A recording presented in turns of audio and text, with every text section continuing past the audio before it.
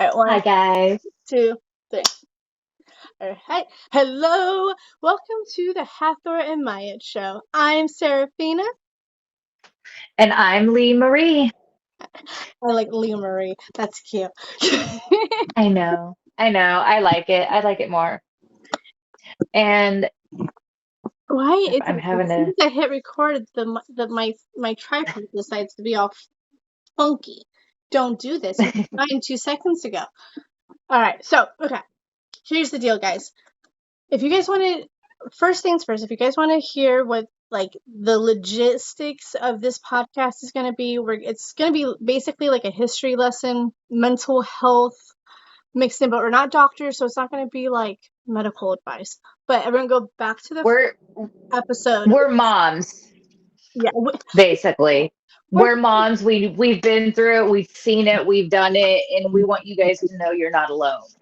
so we're basically just going to give you advice off of our own experiences. Like she's a girl mom, and I'm a boy mom, and man, period. My kids are sassy, I swear. My oldest wants to wear belly exposing tops, and I'm like, oh my gosh, kid, you're only 9. No, like, I know she wants to express herself, but I want her to know that she's beautiful just the way she is before she does something like that, you know? As you My do youngest don't give a big care. with She care less. a 2-year-old and a 5-year-old. One's on the spectrum, so he has his own set of situations, but they both want to destroy. They both want to destroy, and they're like, "But we're just exploring. We're just exploring." No, you're not. You're making me lose my hair. So anyway, It's a zoo. but okay. So anyway, like I was saying, this is a pre-episode of Hathor and Maya. We're basically going to be telling you our own life story, like a quick snippet, like how did us ladies get here? Like even like a little snippet on how we met, and how we met is freaking hilarious. And it's one of those stories that Yes. it's, Social media, man. That's all we can say about it is just it's social media. so that's definitely going to be in that episode. But okay, so let's just dive into it. So first things first, we'll go into my story, Serafina, aka Hathor. And I'm an average girl from Los Angeles. I'm 34. Like I said, I have 2 little boys. I am married. I am a stay-at-home mom. And Your kids are adorable, by the way. thank They you. really are. William's the sweetest. But with that said, do I lose my mind every day, once an hour, or every second? Yes. I lose my mother freaking mind, okay? So, but it's worth it? Hell yeah. Absolutely. It's definitely worth it. And you will lose your mind. And I will promise you that. That's all I have to say on that part. But how did I get here? Okay, well, it all started one day. No, no, we're not. Well, I'm not going to give you all the details, but I'm going to give you, I guess, the the keynotes of the Serafina story. So, all right, my birthday's in January 1988. Born to two lovely people, Larry and Dawn, and everything was good. Everything was gravy. I think I don't know because I was a baby. I was a little potato sack. I was just there. But A wee little bee. they both had their addictions. But here's the thing: my mom got rid of her addictions before she had me, so she got herself clean to have me, and she stayed clean. And let me just say this: my mama is what you would call California sober out here. She doesn't touch alcohol, but she touches the green. And let me just say, I am a lover of the green because of her. That is the biggest key to my sanity, is what you could say, the green. Okay, and if you know anything about California, you know we're like, because I don't want to get in trouble. I don't want to get flagged for saying a certain word. But guys, fill in the blank on that one, please.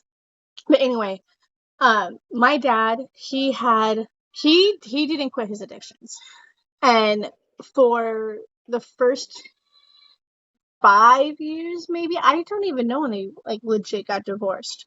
But anyways, my mom ended up having to get a divorce because my dad lost his job, but yet he was still using. My mom was like, I can't take care of 2 kids, so like, who? And obviously, she chose the one that was pretty much helpless. So we moved in with my grandma for the first time. Okay, first time. I remember a little bit of that. And then my mom met my stepdad. And that was interesting. I'm not going to go too deep into it, but he wasn't a very nice man. And let's just say I am a child of God. I am a child of the universe. I believe the good in everybody. But I will say this about this man. When I get to heaven, I hope I don't see him. I hope he's on the other side. And I mean like down below other side. That's how evil that man was. He did things to my mom and he did things to me. And if anyone is watching this who's friends with my mom, do not bring this up to her. She doesn't like me talking about it. And more parts of my story she doesn't like me talking about. So like this is kind of like an exclusive, but like don't hound my mother if you know my mother. Please. Please. Okay? Alright. Got that out of the way. Anyway, so my mom was with we lived out there in Granada Hills for maybe 5 years. When the poop hit the fan there, we came running back to my grandma's house. And that is where I really start remembering like my childhood. I do have fond memories with my stepdad, but honestly, if I don't ever remember them again, I am completely fine because of all the negativity that's attached to those 5 years. And how sick is that to say? Like, this all happened before I was 8. Like, I think between 4 to 8, I was like, I'm fine deleting 4 years of my life, but like that's a big chunk of time for a toddler. I'm sitting here going, I have 2 little boys and I don't want to miss a second. Ugh. Right. Those moments make me feel like I need therapy more than me just self-analyzing myself. So that's one of my emotional traumas. I mean, you got to do what you got to do though for the sake of your kids. No, yeah, but no, it's just that just hit me. Why do I feel like this podcast is going to be therapy? I honestly, like, I told a friend of mine that I was starting this, and I told her, I was like, this is just kind of like they're going to be therapeutic for me. Like, I don't know where this is going to go. We hope and we pray and we ask that this will turn out really good for us, and we're manifesting that. But I said, this is just something for fun for me because I'm into history, and with me being in school for anthropology, I mean, this is a really great way for me to learn. And not just that, but for both of us, it helps others get to know us better and get to know our experiences and the viewpoints and stuff. Yeah, no. Okay, so man, I wasn't expecting to Sorry. be this heavy. No. So good luck when you get to your stuff. Jeez, like all of a sudden, Oh yeah. all of a sudden. No, but anyway, I could do this. Anyway, so we get out from my stepdad and all of that craziness, and we start living with my grandma, my aunt, and my little cousin. And that I have to say is the only time that I like really experienced like a sisterhood. Like the closest thing to like living with a sister is when I lived with my cousin for those 7 years. And that was a lot of girl energy. Like I don't girl power, girl energy, what you want to call it, but you gotta love your family. That's all I have to say. And then, so that led to, and this is in Burbank, and I have to say, when I was in Granada Hills, they found out that I actually needed to be an RSP. I had a learning issue, learning disability, whatever you want to call it, but I like to use the word issue. Because I'm not disabled. Like I'm highly functional. Like hello, like I could take care of my kids by myself, and the house is still like everyone is fed, and the house is still intact. Nothing got burnt down. You know. But anyway, like I have dyslexia, but I don't have dyslexia. Like I don't like comprehension for math and comprehension for reading is a real issue. It's weird. Like I could read. I remember as a kid I could read like Cat in the Hat, da da da, right? But I couldn't freaking picture a cat in a hat unless I had a pitch, like unless I saw the picture. Like it was the weirdest thing. And then numbers are just bleh, still to this I day. feel you there. So like I was able to get out of RSP English like sometime in high school, but I think I was in math all the way up until I didn't have to be in math. Like once I graduated or like once I finished a certain level of algebra, they're like, "Do you want?" I go, "If I don't have to be in math for the rest of my high school career, get me the f out and put me in something creative, or give me or let me go home." Like, okay, we'll let you go home. All right, peace. Sweet, everybody. I'm off of your campus and I don't get numbers. Hmm.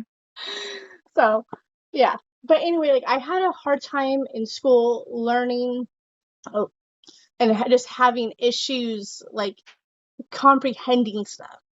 And let's not even talk about the social aspect of school. Like I am an awkward girl. Like awkward to the max. I don't think I'm as awkward as like Zoe Deschanel and New Girl awkward, but I have my own style of awkwardness for sure. So yeah. So getting through. So where was I in the story? So we're in Burbank. I just moved to my grandma's house. We were there for about 7 years, and then we ended up moving down the street. By that time, I'm pretty sure I was in high school. Yeah, I was in high school, and I went to John Burroughs.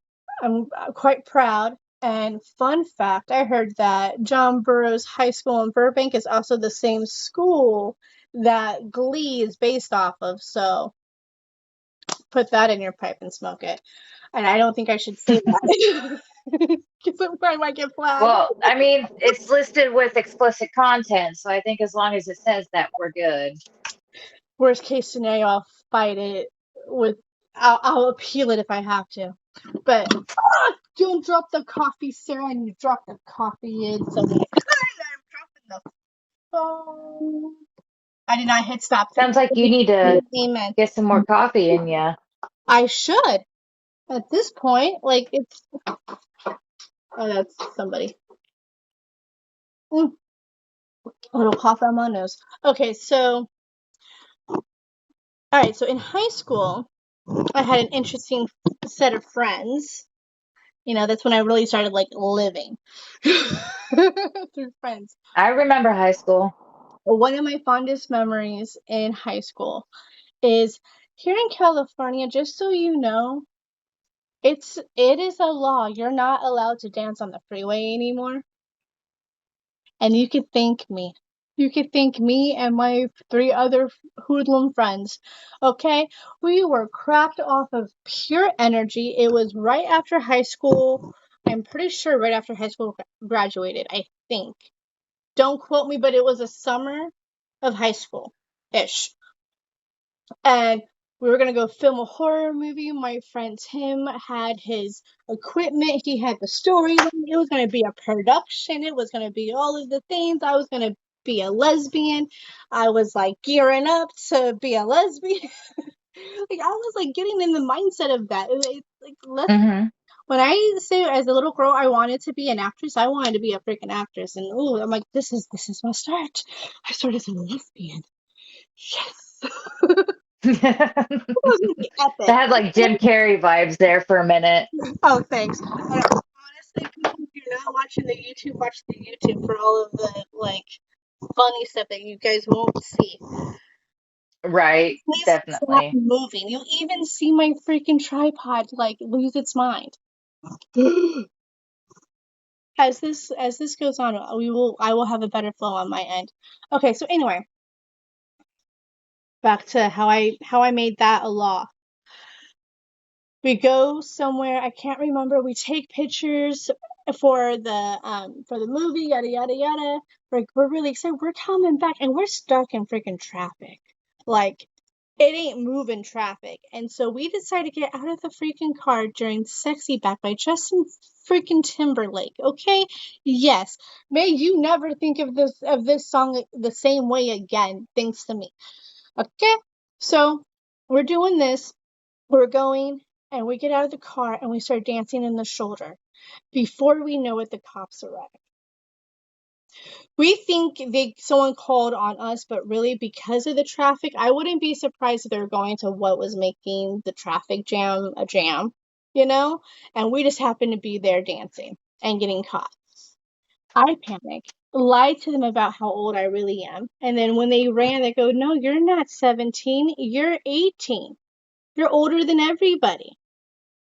And I'm like, I'm about to get it. Like, I'm going to jail. Like, okay, let's go. And I just lost my dad, and so like that was like a whole other emotional level to all this. And so I'm sitting there. I remember sitting there on the side of the curb going, "Okay, daddy. Okay, daddy. Okay, daddy. Okay."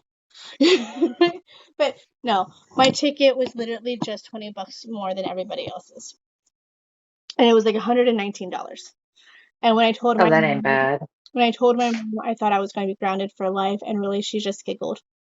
She just giggled at me, You had a footloose moment. and she's like, "Well, I still have to pay it, and because I have to pay it, you got charged." Like, I understand. I go, "Thank you for not killing me." Right? So, all right, and so that's like a little fun. I just wanted to share that little funny like high school moment. But okay, fast forward to my 20s. I ended up becoming homeless when I was 21 for about maybe a month because I decided to go and date one of the Johnny Depp impersonators. I don't think I've told you that, and you and I have a Johnny Depp connection, so yeah, don't date an impersonator. Try to find the real thing and treat him well, or I'm going to. Yeah, so Johnny Depp, if you ever hear this and see this and you ever want to or interested, please take both of us out on a date. Please, please, we love you, Johnny. Johnny, I dated one of your impersonators, and that was not all messed up. Can you redeem those Can days we get the taste of the real thing? in other shape or form you want? I'm ready and willing. Please, sir, please. I've only been in love with you since I was 3, to add to the creepiness. So anyway, I was homeless with him for about a month. And the girls that got me off the streets, we became really good friends. I lived with them for about 4 years, and then I moved back with my mom. I'm still friends with one of the, I'm friends with both of them, but I'm closer to one of them. But that's something else. Anyway, Right. so that now I'm about 26 ish, and I'm looking for work. And all of a sudden, I start working for Mickey Fine in Beverly Hills, which is down the street from Villa Blanca. And if you know anything about Villa Blanca, if that perked your ears, then you definitely watch Bravo, and you're definitely my person, because that is Lisa Vanderpump's restaurant. And it was down the street from Kyle Richards' clothing store. Kyle loves Arlene. I don't even remember what that was, but I know that corner very well. Well, I worked there, and that's where I met my husband. And well, where you meet and the husband and I weren't supposed to be married. We just were supposed to be friends with benefits, okay? Because I just got out of a horrible relationship, like, bipolar. This guy legit was bipolar. And I'm not saying that in a funny way. Like, on paper, he was diagnosed. He did not like taking his meds. He was abusive physically, mentally, psychologically, like all of the things. I mean, he's a bad man. He's a work. And it led to my husband now, who was just supposed to be a hookup. He was just supposed to like get douchebag off my mind. No. Mm-hmm. Ends up getting married and having babies. So that happens. So William comes around 2017, and then I'm still working for them, all the things. 2019, I'm pregnant with AJ, have no idea, and they fire me. Mind you, I worked 5 years for this place. They never promoted me, never. And I have a tangent about that, but I feel like that's going to be in a mommy check-in. Okay, so we won't go down that. We will not go down that rabbit hole. You put some work into it. Let's just leave it at that, right? I put sweat, tears, and soul into that place and did not get anything but marriage and 2 kids out of it. That's how I'm looking at it. That's the positive aspect I'm looking at. Because if I really sit here, I could go on a tangent and it will trick. Okay. So that leads to me, how in the hell did Lee and I become to be? Okay, so that leads me to being a network marketer. William, around 2018, before I got fired, I decided to join a network marketing company, a health and wellness one. And I was there going, oh my God, I believe in this. This is what I want to do, yada, yada, yada. And so I'm doing it. 2019, I get fired. A few weeks later, I find out about AJ being in the belly. Okay, I really have no choice but to make this work. And what happens? 2020 freaking happens. That's what freaking happens. Now, I don't think I need to tell anybody what year was, but I had my own. We're going to call it the Great Toilet Paper Shortage of 2020. How about that? That's a good name. I'm not going to deny that's a really good name. Well, so we go through that. Mind you, I'm going through 2020 not only with that set of emotions that it comes with it, but I was also pregnant and going through postpartum, and I moved. It's a lot at once. So when TikTok started, I was not in. I'm like, no, I'm too old. I was one of like, I'm in my 30s. I'm too old for this shit. Like, screw that. No. 2021 comes around, and I'm like, I'm bored. I don't need to perform. I need to do something. I don't want to just be a network marketer, mom thing. I need some kind of outlet. So I get into TikTok and all of that. And towards the end of 2021, mid 2021, no, a year ago. Yeah, because it happened in July a year ago across the street. And I really hope people watch, because you see that house right there. Does that familiarly?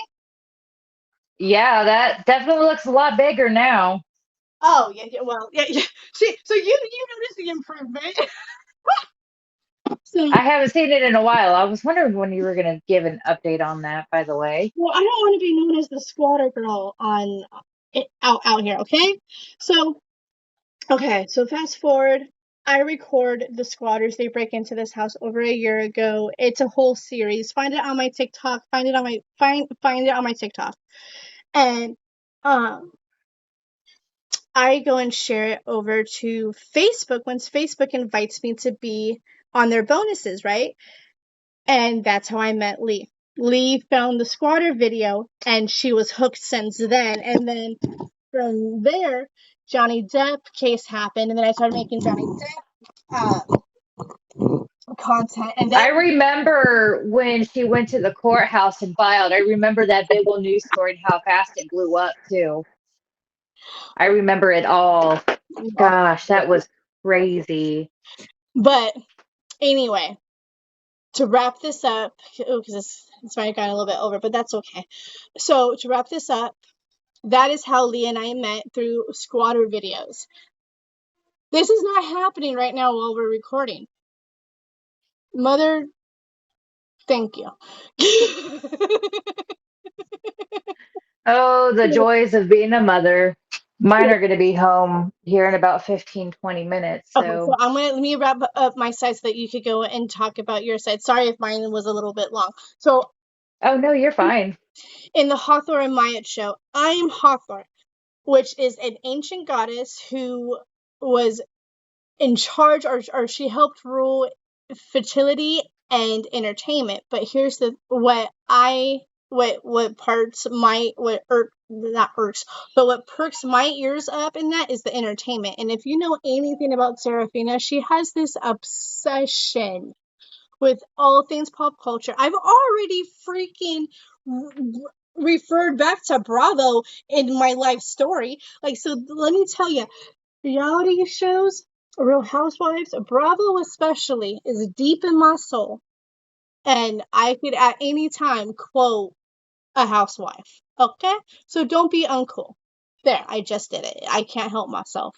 So that is why I'm Hawthorne, because I am like, you could call me the queen of pop culture if you want. I will take that. I will take it and run and have and and do its honor. So on that note, I'm taking it over to Maya, aka Lee, or Lee, aka Maya, however you want to do that. And now it's Maya, the Egyptian goddess of justice. Um, I believe it was her feather that helped in like when the dead would go to the afterlife and they would cross all of that. Like that feather that she had was the deciding factor if they went on after that or not. oh, The justice thing. Sorry, I'm having a okay. moment. I might need more coffee soon. But yeah, that's kind of why. My story is, I mean, I'm originally from Nebraska, moved into the northern Indiana area back in '05. I didn't exactly have an easy childhood. In fact, I really don't have a lot of good memories of my childhood due to abuse that I endured. And I think that's part of uh, the body's defense mechanism is just with that being so bad. It's the only way that your mind knows how to process it. And I can relate to But that yeah. on many levels. Well, and the thing is that like in Nebraska, it was mostly emotional abuse. It was never physical. I mean, yeah, there was like once or twice, but there was nothing. And then like July 3rd of 2005, I remember the date that we moved to Indiana was July 4th of '05. Remember the fireworks and sitting in the U-Haul truck. But July 3rd, my brother shoved my head through a double panel window. And instead of taking me to the ER, my mom patched me up herself because she had prior nursing field experience. Yeah. And so we moved out to Indiana July 4th of '05.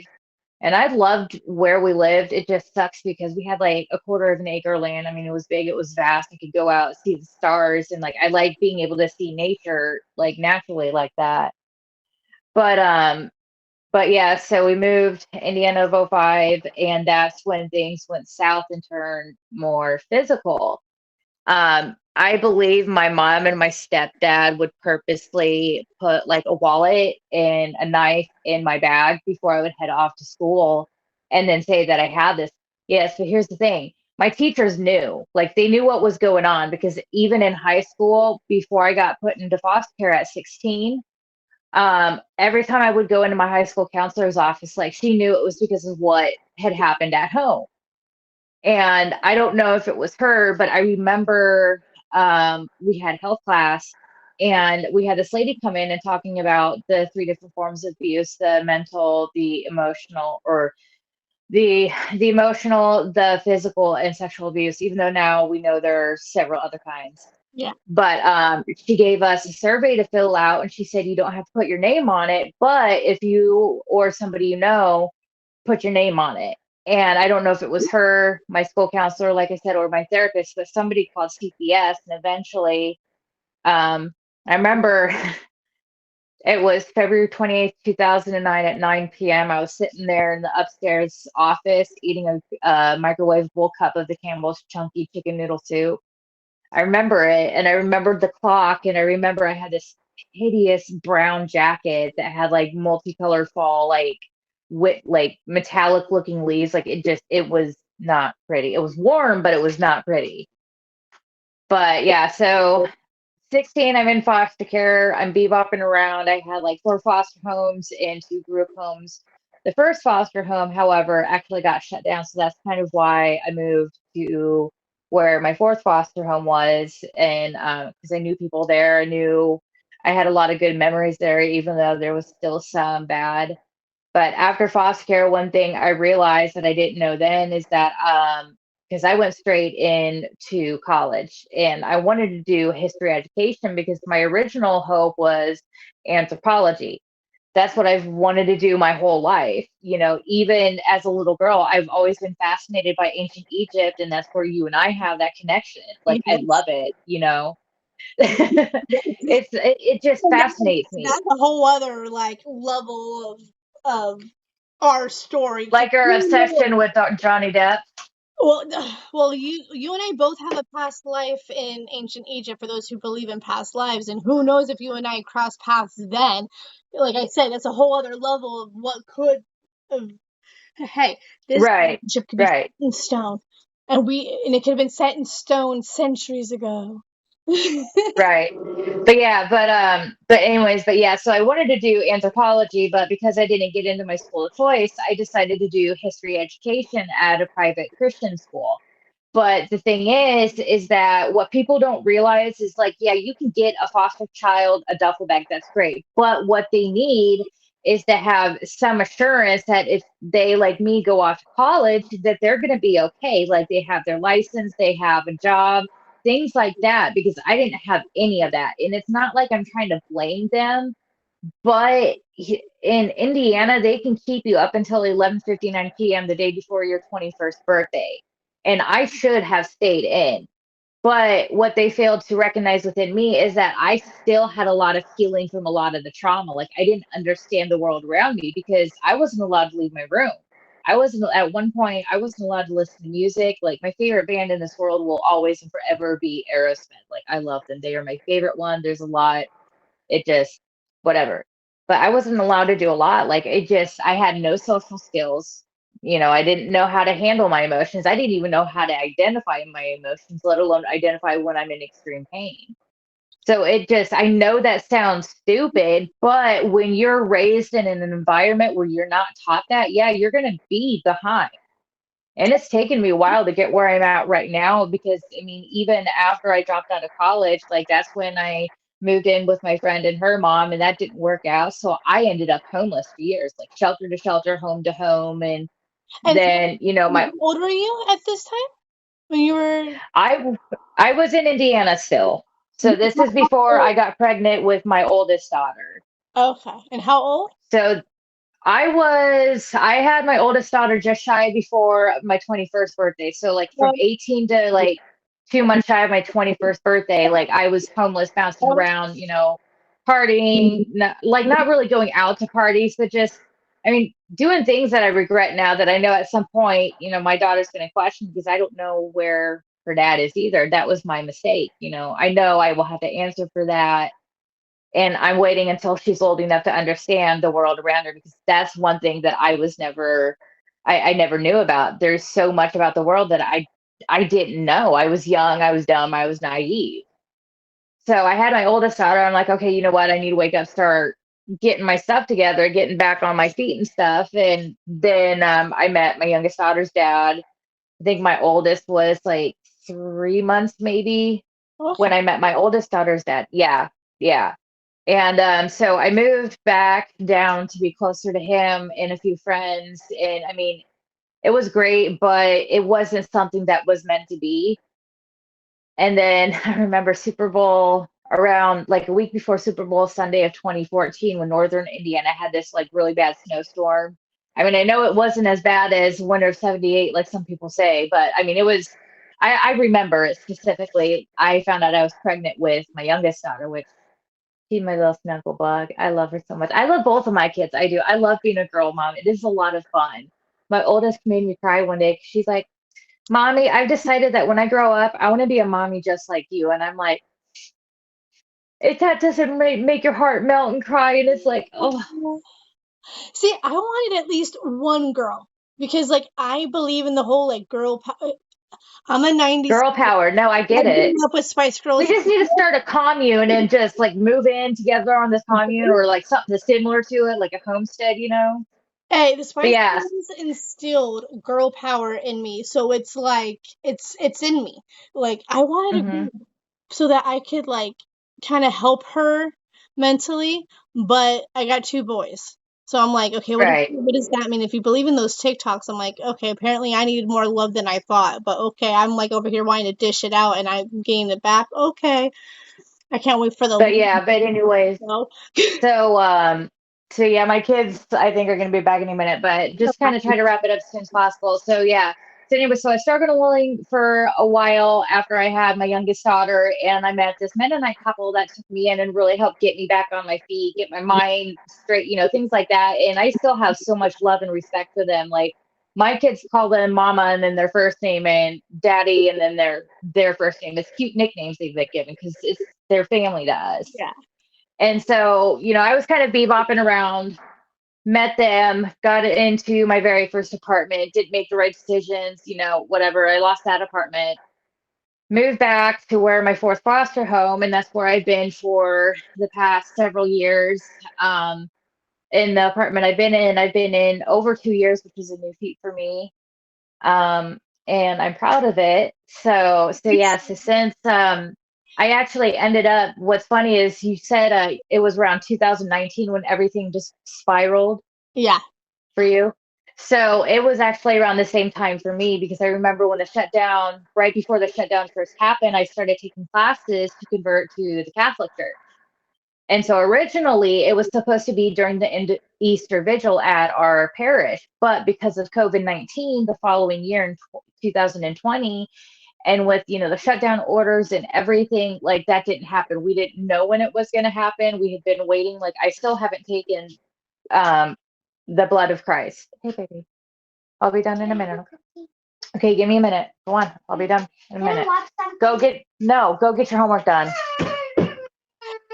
Kids just got home. Hashtag mom life. but yeah, so my kids at this point, I did make that decision because I want them to have everything that I never had. That's why I send them to the private Catholic school here in the town, and there have been scholarships that allow for that, and I think it's a good thing because like I said, we're moms, we want the best for our children, and if it comes to a point where my kids are like, Mom, can we do this instead? I'll sit down and think about it.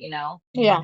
But yeah, so August 2nd of 2020 was the date where we finally joined the church. And even though we couldn't do the blood or the wine aspect of the Eucharist, we were able to take the bread of Christ. So that's when I finally came into full communion with the church. And then my children were actually baptized on August 15th, which is the Assumption of Mary. So a lot of good things happened in 2020 too. Like I know there was a lot of stresses and everything, and especially with the whole communion thing, and then a lot of people losing their jobs because I'll admit, like for a good part of 2020, I wasn't able to get a job, period, because for one, there was no sitters. I actually had my favorite sitter of all time. She doesn't do it anymore because people don't know how to pay her. Before the shutdown happened, I went up to her and I gave her like I think between $500 and $700 and just told her, hey, I know you're gonna go through a tough time right now. Take this. Don't worry about it. Yeah. And because it's like she was a good person. She was a truly good sitter. She's really good with kids. Like my kids listened to her. She kept up to date with me on everything. And it's hard to find that as a single parent. I mean, I know you're a stay-at-home mom, but single parents, I mean, it is a bit harder in a lot of the mental aspects that we deal with too, because I admit, like, I went through depression up until, the past few years when I finally was able to start getting help when COVID happened, because that was one of the good things. No, you were A lot of good things happening in 2020. See, this is the bad part about ADHD and mental aspects of being a mom is because you have the classic mom brain, but it's literally ADHD. That's one of the symptoms. Like it's not always hyperactivity. right. That's what people don't realize. And you see a lot of these TikTokers and they're like, oh, do you do this? And it's like, no, that's not how. I deal with the No, overwhelming, like, I get overwhelmed easily after a long day. I'm tired. I could either be scrolling on my phone and the kids' TV is too loud, and then my husband's home and he's watching something on his TV and it's or on his it's like on his triggering. phone. It's sensory. It's overstimulation. That's another thing too. Is like That's my trigger. overstim. It's a Jenny, if you ask for it one more time, you're not getting one at all, period. I told you to wait. Mommy's almost done. But yeah, so around that time during COVID, I was able to find a scholarship so I could go back to school. And originally, I wanted to go into paralegal studies. Funny story. I know as a Catholic, we're supposed to respect the office of the government, things like that. Yes, I get that. But the one thing that I struggle with is when you see people like Nancy Pelosi being a prick. Not her fan, and I think part of it is because I'm seriously concerned about her mental health. But enough of that. I texted my dad. Duh, the husband called. Why is he calling right now?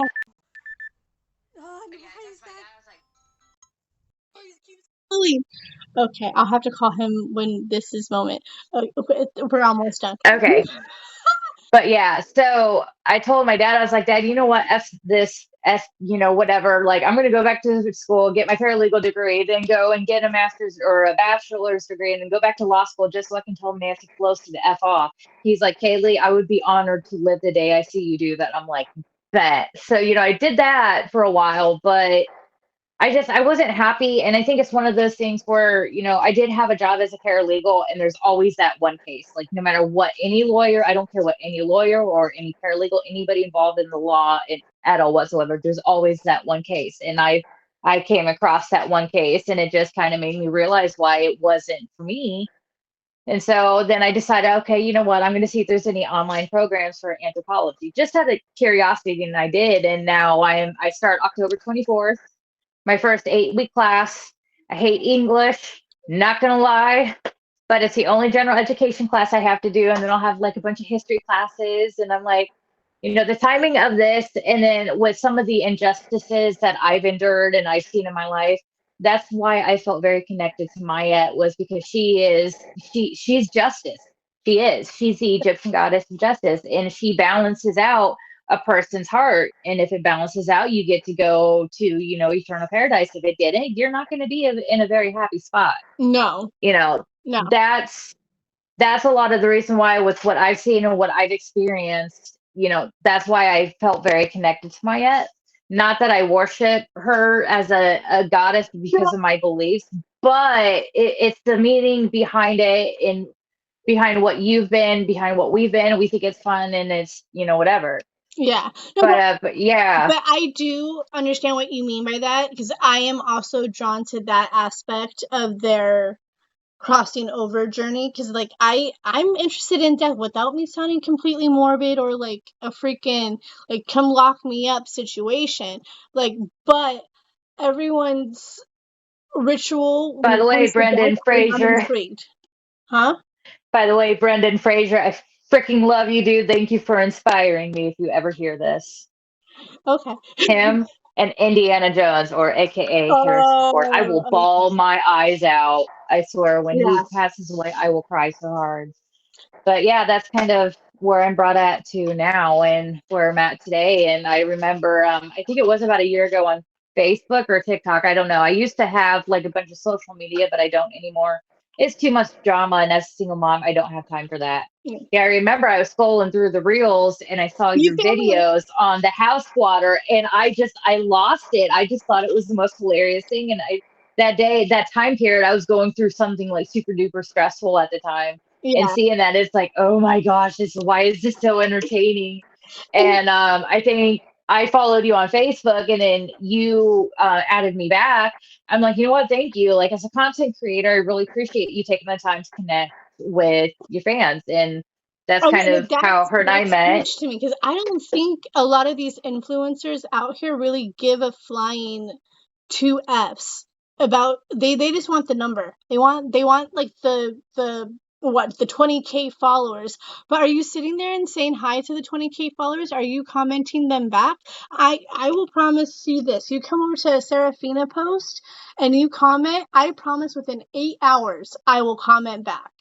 Like, like, it's not just for the algorithm. It's like, hello. Like, right. You gotta connect with your followers, because that's what helps gain you more, knowing that you, as somebody that we look up to, like, are following us or taking the time to connect with us. That gives you a better understanding of what the public wants to see and what they deserve to see and stuff like that. And So I have to say, coming from like the social media side, this podcast part of me, I'm getting really excited about because I've been listening to podcasts since 2018, since I started network marketing. And I've always wanted to do this, but either I didn't feel like I'm like, I can't do it alone. I can't do this alone. This is something bigger. And I'm like, what am I going to talk about? Network marketing? Like, everyone talks about network marketing. Like, that's boring. I'm like, okay, all right, I want to sit and pray. yeah. Literally 4 And then I years. come along. Yeah, and you and I were having conversations, and all of a I sudden you go, oh, maybe we should start a podcast. I'm like, what? but bam, and now here we are. Like, Yeah. dude, First, I'm first proud of official myself that I'm doing episode. this, and First I'm doing official this for episode. fun. Like, yeah, like I'm doing this for fun because it's something that I enjoy. It's historical. It's, there's so many women in history that don't get enough recognition, and that's the Yes. biggest thing that I wanted in a podcast. And I think we just started talking about it, and then you're like, "Oh no, Hocus Pocus is coming out," and that's when really things kicked off, and we started to do a lot of saying like, Yes. "Oh my gosh, did you know this and this and this?" And then it's like now we're here.